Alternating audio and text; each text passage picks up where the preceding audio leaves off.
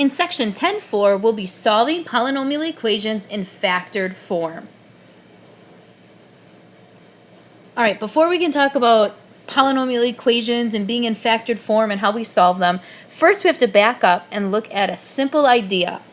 If you know that a times b equals 0, what do you know about a or b?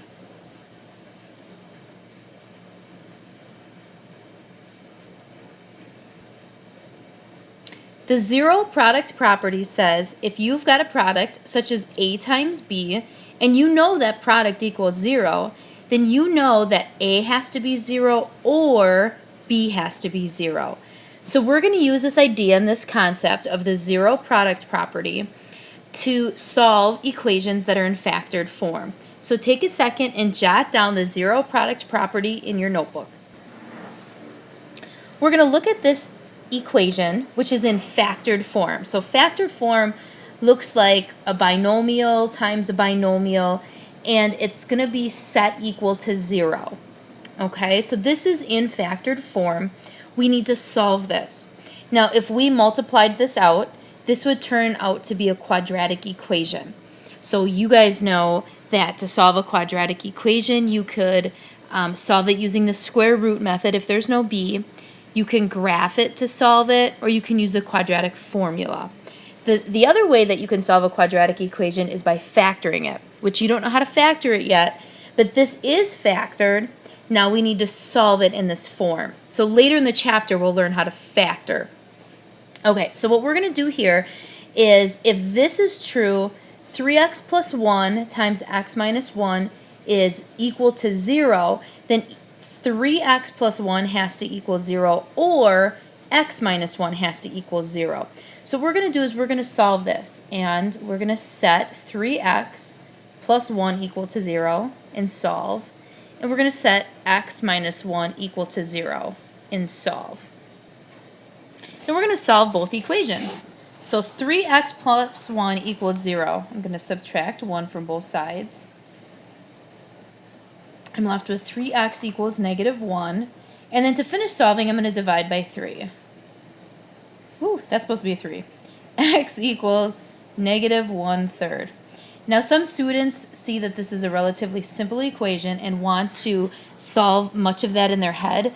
I'm going to highly discourage you from doing that, because a lot of times, most of the time, people make really simple mistakes. And on the test or quiz, in order to show that you really understand that this is really x equals 1/3, you're going to need to show this equation. All right, the other equation, to get x by itself, I add 1 to both sides, and I get x equals 1. So I have two answers here. It's not an ordered pair. The book oftentimes is going to put the smallest number first, but it really doesn't matter what order you put it in. So x equals negative 1 negative 1/3 and 1. Those are our two solutions. Make sure you include both. All right, here's our next example. X minus 4 squared. Now, x minus 4 squared really is x minus 4 times x minus 4. I'm going to set that equal to 0.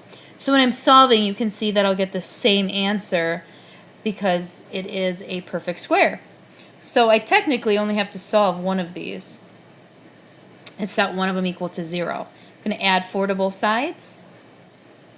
I'm going to get x equals 4. You can see that if I set up the other equation there, x minus 4, I'd get the same answer. So in this particular case, I'll only have one solution when I solve this equation in factored form. All right, now this equation factored into 3 binomials. That will happen occasionally. So I've got 1, 2, 3 binomials. So we're going to apply our rule, the zero product property, and we're going to make it work for 3 terms. So what we're going to do is we're going to set this equal to 0, the second term equal to 0, and then the third binomial equal to 0. And then we'll have 3 answers. So the first binomial is 6x minus 3 equals 0. Then 4x plus 2. I'm going to set that equal to 0. And I'm running out of room, so down here I'm going to put 7x plus 8 equals 0. I'm going to solve all of these. So I'm going to add 3 here.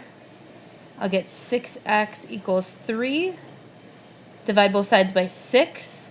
The most common wrong answer here is 2, but it's really 1/2 because 3 divided by 6 is 1/2. All right, here I'm going to subtract 2 in this problem. I'll get 4x equals -2. Divide both sides by 4. And it looks like I'm running out of room here, so I'm going to erase that. And I'm going to get x equals -1/2. All right, and then we have to go for the third binomial, set equal to 0, which I just erased. 7x plus 8 equals 0. So I'm going to subtract 8. I'm going to simplify my equation, so I will get 7x equals -8. Divide by 7.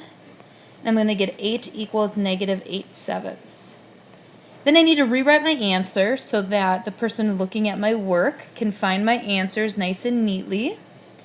And I'm going to write x equals, let's see here, -8/7, -1/2, and then +1/2.